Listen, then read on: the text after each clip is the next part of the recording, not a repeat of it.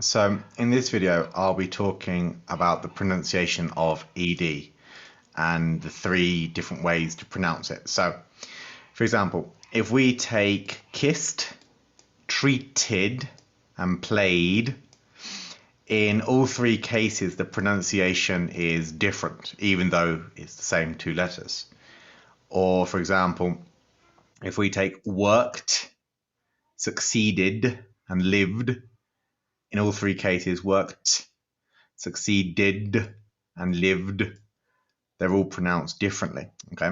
Now, these are just some examples of where we would see ed. So, for example, if it's a regular past tense, for example, she kissed the boy, or we succeeded.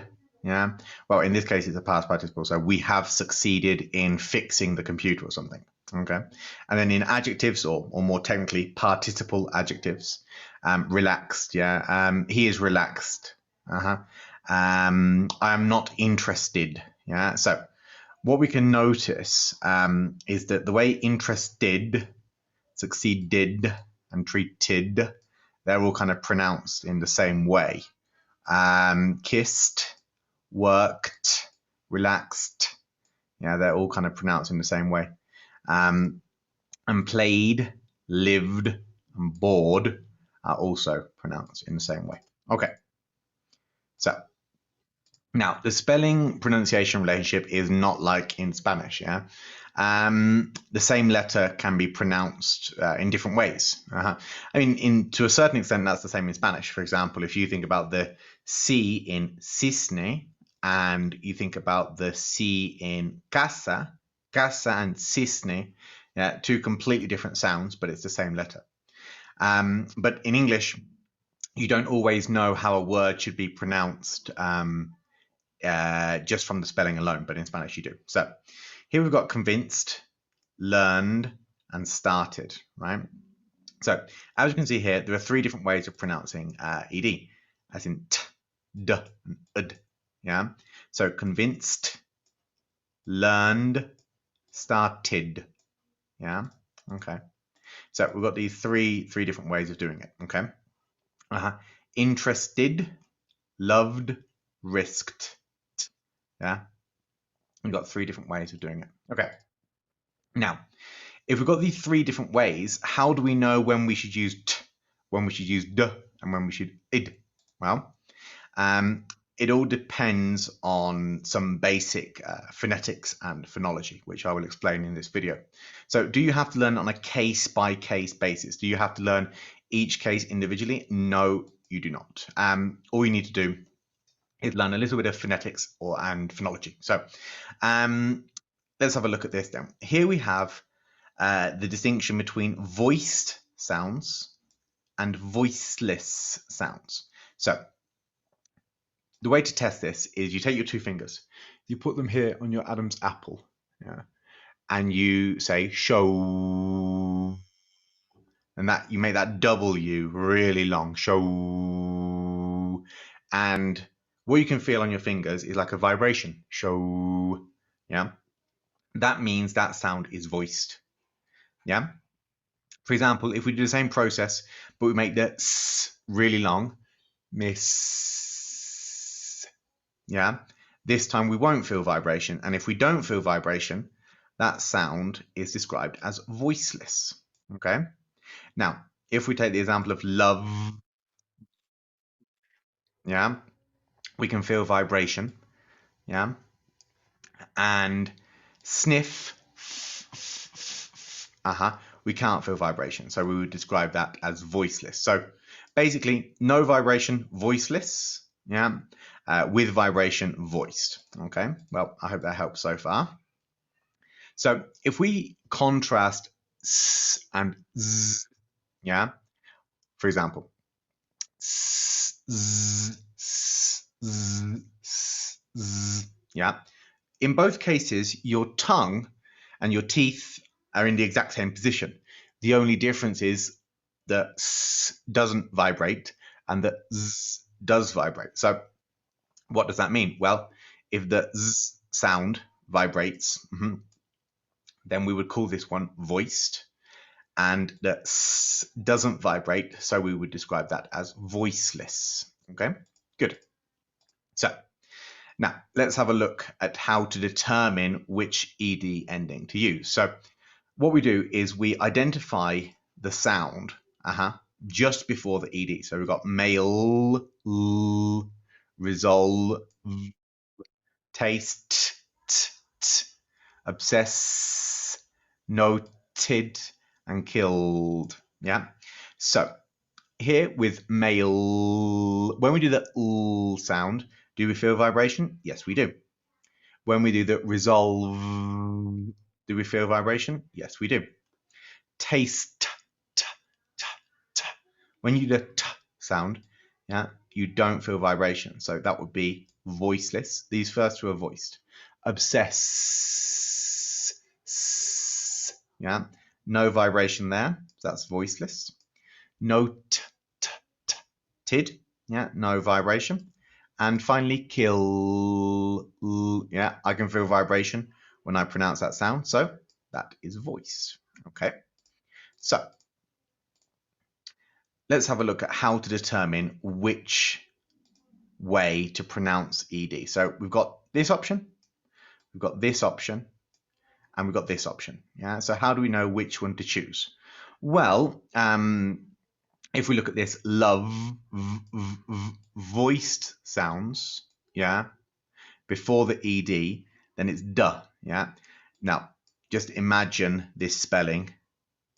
Yeah, this is not the correct spelling, obviously, but loved, yeah. Or here, showed, yeah. Lots of students say showed, yeah. Don't say showed, say showed, yeah. Lots of students say phoned, wrong, phoned. Okay, So in these cases, if you notice the sound just before the ED, the v, the show, and the n sound, they're all voiced. Yeah, they're all pronounced with vibration. Now, let's contrast this to kick. Yeah, embarrass. Yeah, and stop. Yeah, in these cases, these are all voiceless. Yeah. And then there is one case which doesn't apply to the voiceless distinction, which is here weighted, excited, fascinated. Another one we could add could be, for example, ended. Yeah, ended. In these cases, what you can see just before the ed, you have a t, t, t, or in this case, a duh sound. So after these cases, that's when we use this pronunciation. Yeah. So I'll just go through the pronunciation of each of these. Loved, showed, phoned, kicked, embarrassed, stopped, waited, excited, fascinated. Okay.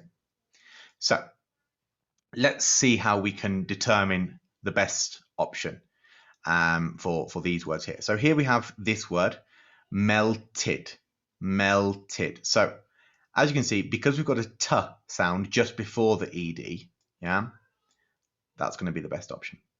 Okay. And then we have shelter. That sounds voiced to me. So if it's voiced, this option.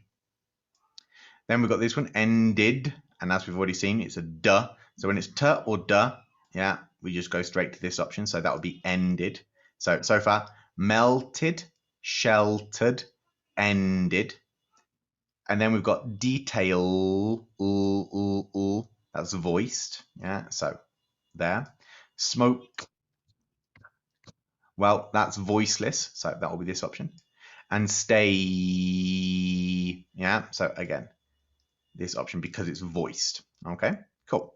All right, so let's move on then.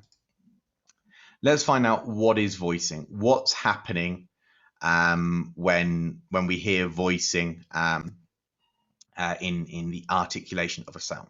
Okay.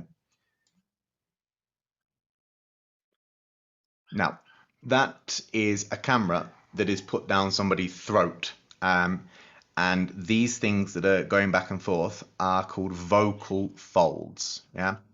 And you can see how fast they're going. That's a super slow motion camera. Okay. So how does voicing work? Well, it's through a combination of vocal fold tension and Bernoulli's effect. So we need to understand what those two things are. So vocal fold tension, basically a signal comes from your brain and says to the vocal folds, close. Yeah. And then the vocal folds, they come together. So the vocal folds are closed. Now, the vocal folds will not open unless air coming from the lungs is at a high enough pressure. You might know the word threshold, which in Spanish is umbral, right?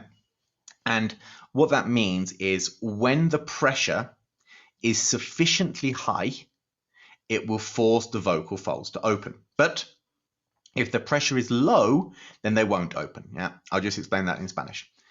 Cuando la presión del aire que viene de los pulmones es lo suficientemente alta, podrán abrir las cuerdas vocales. Si la presión está por debajo de ese threshold, de ese umbral, no van a abrir las cuerdas vocales. So let's have a look what the Bernoulli's effect is. Well, Bernoulli's effect says if the air is moving quickly, now Bernoulli was a French scientist, by the way. If the air is moving quickly, the pressure of that air will be low. And if the air is moving slowly, the pressure will be high. So let's have a look here. Here we can see that high speed, if the speed is high, the pressure is low. If the air is going really slowly, then it's at a high pressure. Okay, so it's like a inversely proportional relationship. Okay, cool. So I'm going to explain this whole process. So air comes from the lungs. Yeah. As we speak, we're constantly breathing, and we move that air. We change the direction of that air as we speak, basically. And then the air comes from the lungs, and as I said before, the vocal folds are closed. Yeah. So it's like a car approaching a red light. Yeah. What's going to happen to a car that's approaching a red light? Well, the speedometer, el velocímetro, is going to go down. Yeah. So the airspeed decreases. Now, what happens when the speed goes down? Well, if the speed goes down, the pressure goes up. Yeah. So what happens when the pressure goes up? Well, the pressure when the speed goes down, the pressure rises. Okay. Now remember, the air pressure has to be enough to force the vocal folds to open. Yeah. Es decir, la presión del aire tiene que llegar a suficiente nivel como para abrir las cuerdas vocales. Okay. So then the air pressure rises enough, llega al umbral, to force the vocal folds to open. And then, the vocal folds open like that, and the air coming from your lungs can go through. Yeah. So that's like at the traffic light when the green light comes on. Now, what we need to understand is when the green light comes on, your speed goes back up. Yeah. And when the speed of the air goes back up, the pressure of the air actually drops. Yeah. Okay. So then the airspeed increases just like the speedometer in your car would. And then the pressure drops. The pressure drops. Okay. Y la presión del aire ya no es suficiente como para mantener las cuerdas vocales abiertas. Okay. So the air pressure is not high enough to maintain the vocal folds open. So what happens? The vocal folds close. Yeah. And then more air comes from the lungs.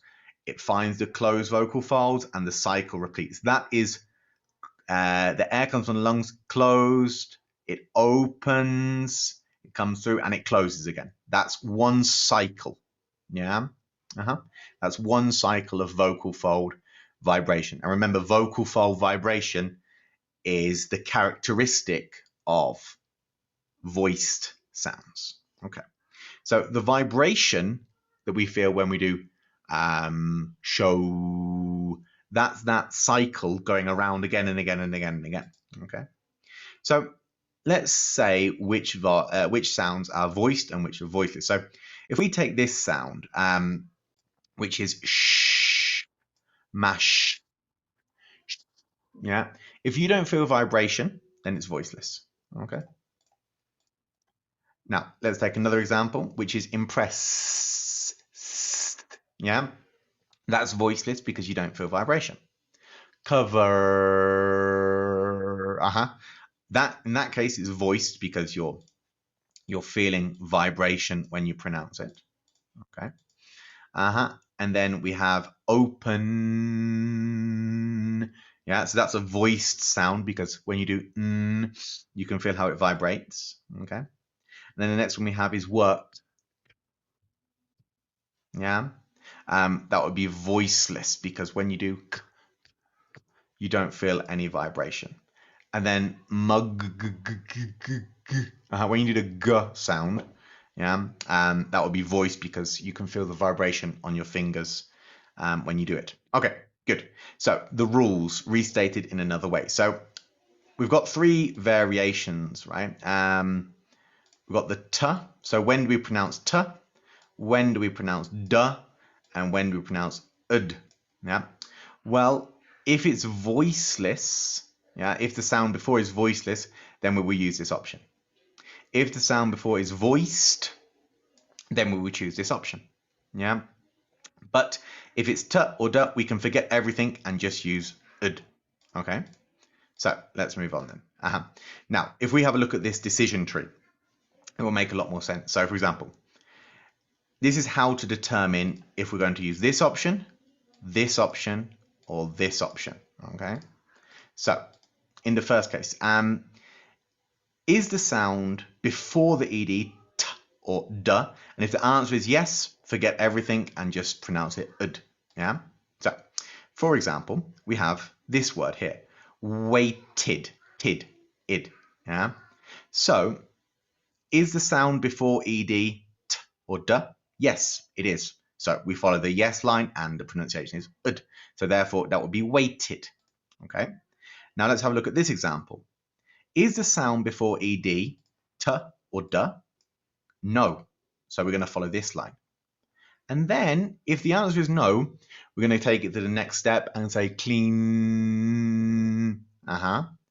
And if you can feel vibration, do you feel vibration? Yes, yes you do. So we follow the yes line. Then this would be pronounced cleaned. Yeah, this spelling is incorrect, but cleaned. Okay, yeah, I don't want you to say clean it. Okay, all right. And then the next one that we have is this one, shopped.